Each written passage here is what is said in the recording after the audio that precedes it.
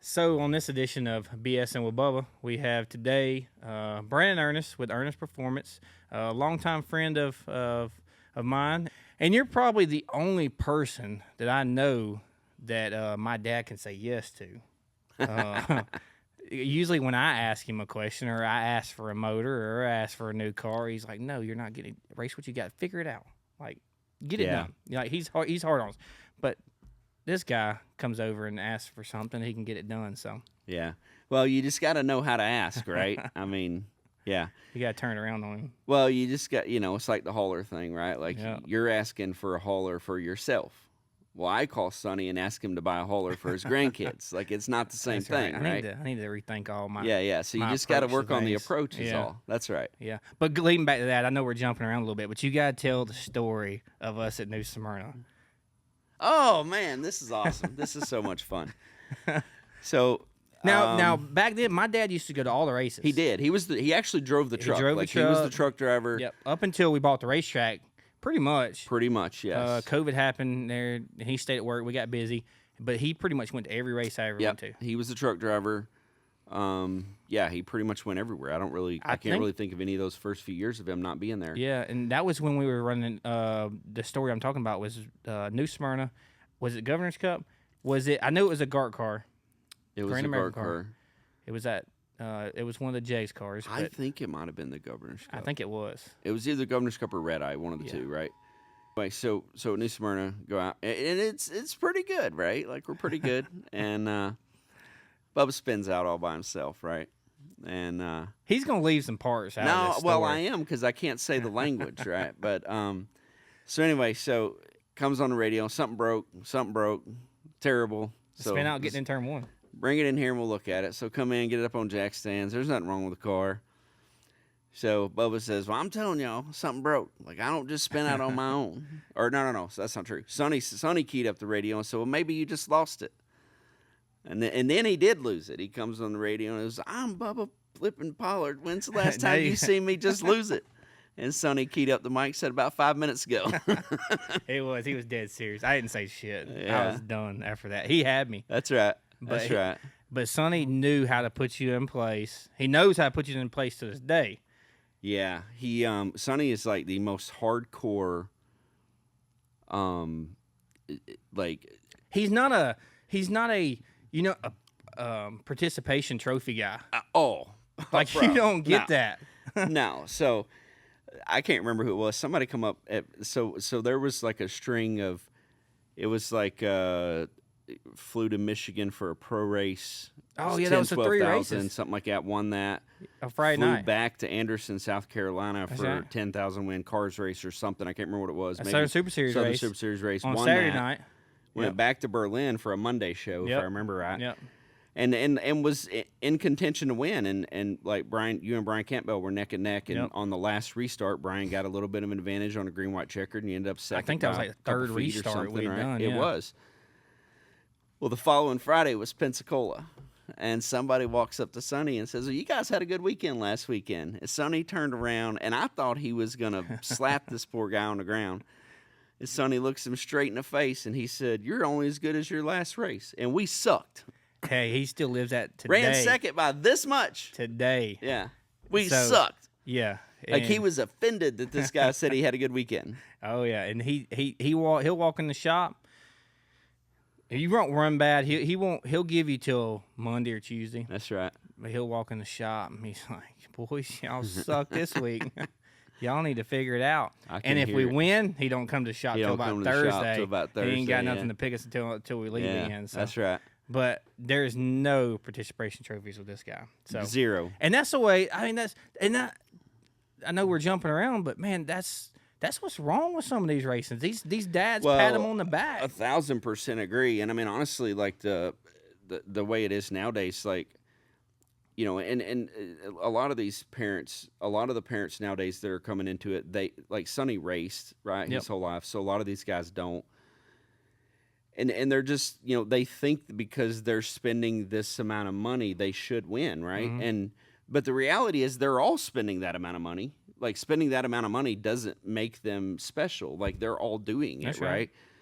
including your family. Like nobody is driving these things for free. That's right. You know, like everybody's paying, whether you're paying for your own car or you're paying for somebody else's. Like everybody's buying a ride, right? Yeah, and if my dad would have walked in the shop when I run second and be like, "Hey, you did a great job this weekend," I would have thought second was okay growing up. 100%. It's not okay. It's not okay. Like whatever. I don't care if we're crocheting or badminton or whatever. Like we're gonna win. Like that's the goal. We didn't come there to run second, and that's what a lot of people don't realize with me.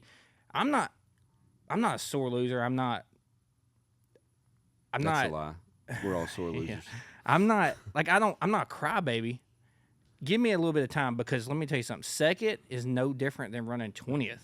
It is the same. It is the same. At the end of the day, there's only honestly, one winner. It's almost better to run 20th. It is. Because at that point, you just missed it that day. When you run second, like, you just got your ass kicked. And it's part of it. And yeah. And you know, and that's also different. You know, like, I don't want every person that hears this thinking that their 15-year-old kid who ran second that day failed. That's absolutely not correct. Like, there's a growth in the sport. There's learning as you come along. Like, that's not what we're talking about at all. So that, for instance, we went this past weekend and run Talladega, the dirt car. We just explained how my father was, but he knows that we don't race the dirt often. That's right. We probably get to run the dirt 3, 4, 5, handful of times a year. Right. First time we put a supermotor in it, and he's like, we run fourth, qualified fourth, run fourth. He's like, hey, that's you get good. You don't race it all the time. Right. You know what I mean? That's right. But he that's was good. happy with fourth. And there's a different way of approaching it, and I know how to take my dad. You know what I mean? And but he gives me credit, but he's not gonna let me lay down. That's his way of pushing me to try to get better. Yeah, it is, and he's probably a little harsh, a little more harsh than he needs to be. And I know he's not being negative. And that's right. You know what it's I mean? His personality, right? But he also has a switch, and there's a difference between you're going to the racetrack every week and you're running good, and you run bad one weekend and he's giving you crap about it. That's right. But once it's kind of established that hey, maybe we're off a little bit we're struggling, exactly. He flips that switch and he's the most supportive person that you can have. And it's like, 100%. Okay, what do we need to be better? How do we, That's what do we need to do with our equipment? What do we need to do with our program? He's That's right. He's equally as hardcore both ways. Exactly. And it goes back to, I got to tell one more story about him. I will never forget it. World Crown 300 is a race I haven't won. At Gresham there now. Mm-hmm. That was Gresham. I don't know. He tells a story all the time. He's proud of telling stories, So I was leading the race, and with about 5 to go there, I don't think he didn't have a Bubba Pollard shirt on or anything. So with about, I think, 20 to go, he went in the trailer and put his Bubba Pollard shirt on. And the caution come out, and he looks up, and I'm crashed over there leading the race. He thought I was going to win. I crashed in the fence. He turned around, walked back in the trailer, took his shirt off. Bubba Pollard shirt off. Walked back over to the car. I've seen him do it. I've seen him do it.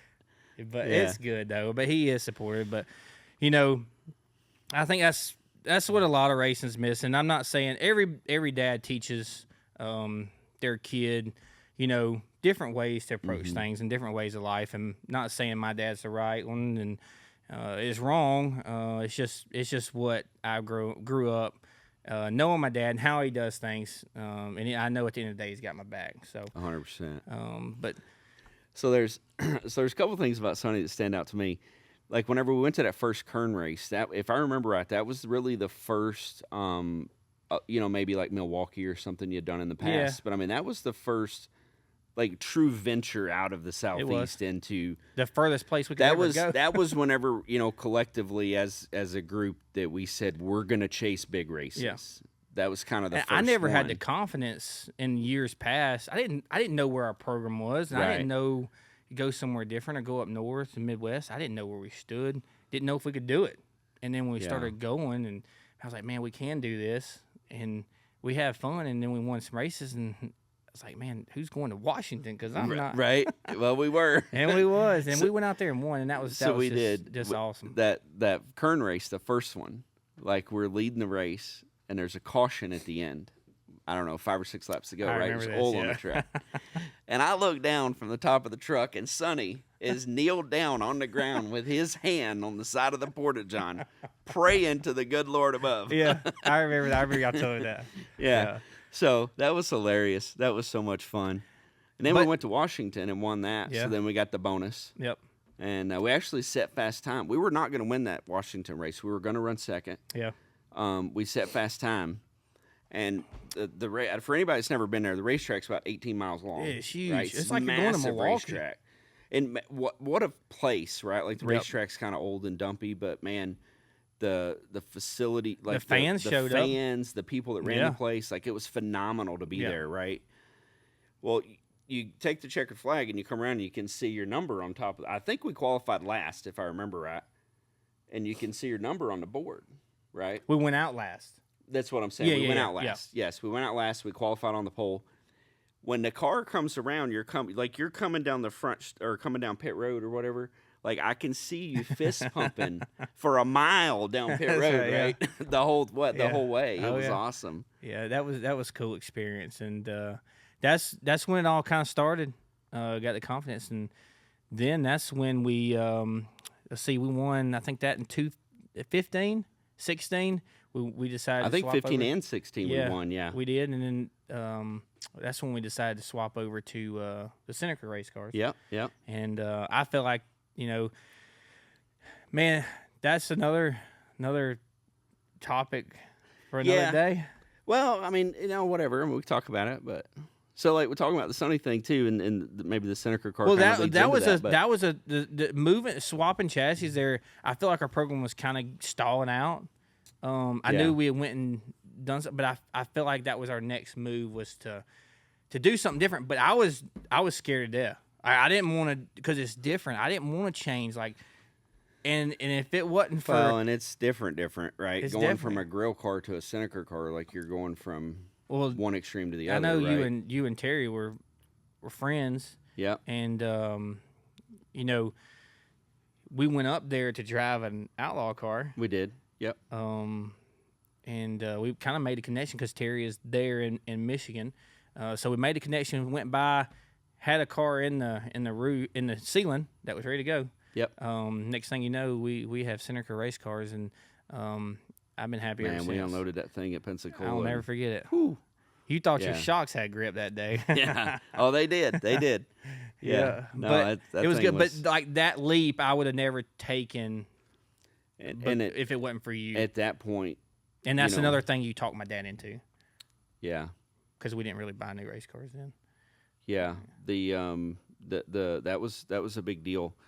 That car at that point in time was, everybody's cars across the board are way better now because of that car. Yeah. Like that car's the one that put the entire country on notice of like, y'all are gonna have to step it up. Well, right? I really feel like that thing was so superior to everything else in the world at that point. It was way better than I was. Way better than any of us were. Yeah, because right? it was way.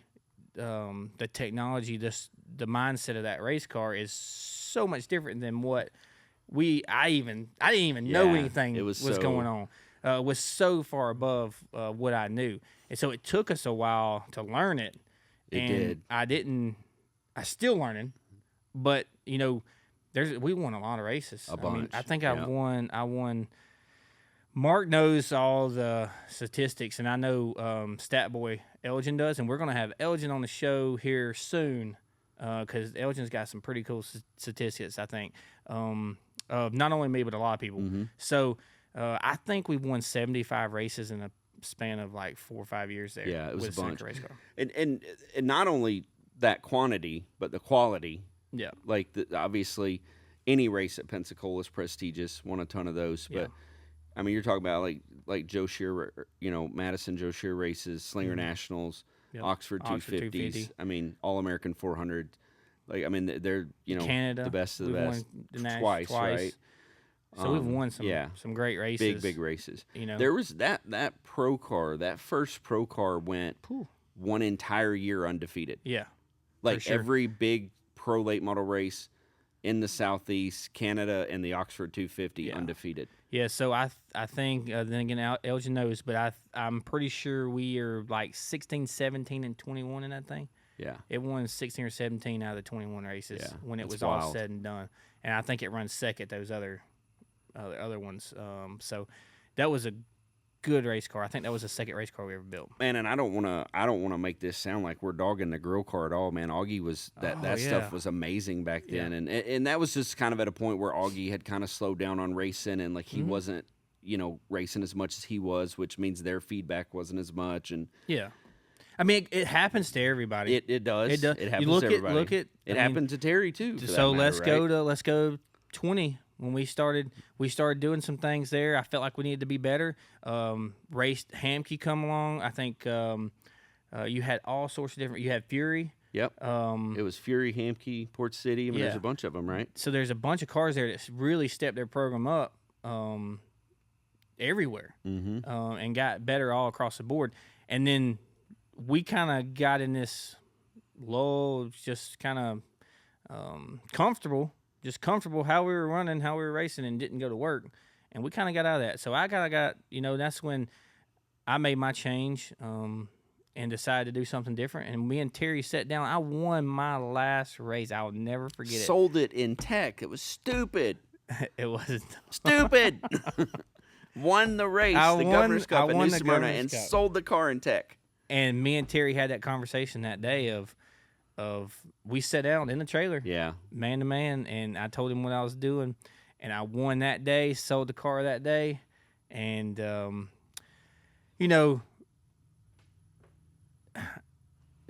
say it's a mistake, but at the same time, I don't know if it was a mistake because everything happens for a reason, and I don't know if along the way it made me look at things different or made me better as a person, or I feel like I learned a lot from it, from that day. I'm not saying what I went to was bad, but the grass ain't always green on the other side.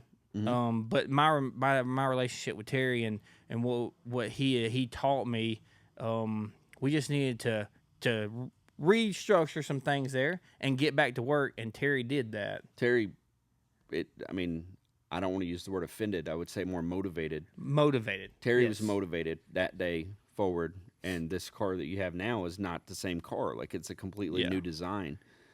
And it's not something that's updatable. Like, you have to buy a new car to get this technology, right? And it's way, way better than the old one. Yeah. The car just has so much more roll speed through the middle. I think that's just how technology changes. It is. Like we said, Fury and Hamke come along. Yeah, you can go. So you have to step your game up and get better. You go buy a new Hamke today, it's way better than one you bought 5 years ago, right? For sure. Like, it's the same. Yeah. It's the same for everybody, right? I mean, you can get in a Hamke car and go fast today. 100%. They do it every week. Yep. And there's a lot of great chassis builders out there. It's just Terry's car is what I felt comfortable in, what I like, what I call home. It gave me a feel that I never felt before. It gives me a feel that I look for in a race car. Yeah. That his car taught me a lot. And he is extremely smart with what he does. He is. And it goes way over my head. You got to learn his way, though, because it's not. And you have to listen. If you kind of get off the beaten path or off the baseline, it's hard to get back. It's hard. The cars are finicky. But me personally, when it's right, it cannot be beat. It's just finicky that it's hard to get in that baseline. It's hard to beat it when it's right. It's right. You just got to be careful with the steps you take to get it to where it needs to be. I don't know what to say really. Well, I think what it is like the car is fast. It's the fastest car in the world whenever it's 100% perfect. I think it's a little bit easier to get it off if you're not careful than it is some of the other ones. Now, right? I will say the new car is way easier. Right. This car we're running now is by far way more simplified, I think. I wouldn't say simplified. I would say easier to work on. Right. For just your everyday racer. Yeah, I think he's a very small shop. He doesn't have built-in support system. Like his car's not for the average guy, right? Like it's a specialist situation for sure. Going back to Sonny being the supportive guy, like there was a day that I remember that we were not friends, and that was one Saturday night at South Alabama Speedway. Whenever we unloaded this Senneker car, and we were second on the chart, and you didn't like it, and ended up going and getting the other car back out and all this. What was that? You don't remember that? I remember this. The other car. Oh, that when other we car. first got Terry's car. Oh, So we went. But I was lost. Oh, I know. I know. Trust me, I know. And I know why too. We fixed that about a year ago. I'm still lost. We fixed that about a year ago. But Yeah, anyway, so we got this car, and we won the fourth and final Blizzard race of the year. We won the All-American 400. Won the All-American 400 2 weeks in a row. Yep. Did not win the Derby. And then that kind of put a sour taste in everybody's mouth. Looking back, that was a tire thing, I think. Won the New Smyrna Red Eye. Yeah, we did. So, and then we went, I think the next race was South Alabama. I think it was, so yeah. we unloaded off the truck. Harrison Burton's fastest, and I'm going to make up a lap time. I don't remember what it was. But if he ran a 16:56, we ran a 16:57, right?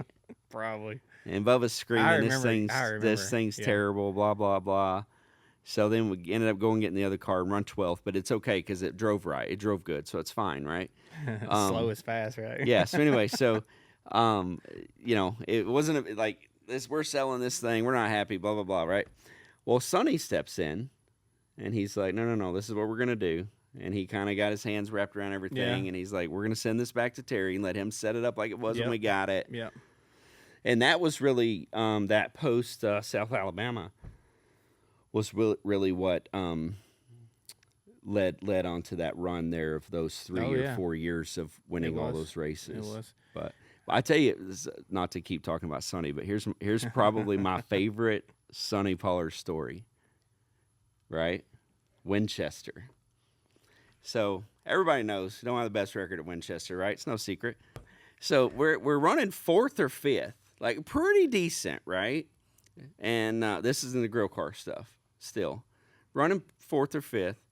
Something happens. I don't remember what happened. Something happened. We got mixed up and put the wrong tire on the pit stop or something. We put the left on the right or something. Yeah, right. I remember that. Well, Sonny is behind the pit stall. Yeah, because he was the truck driver then.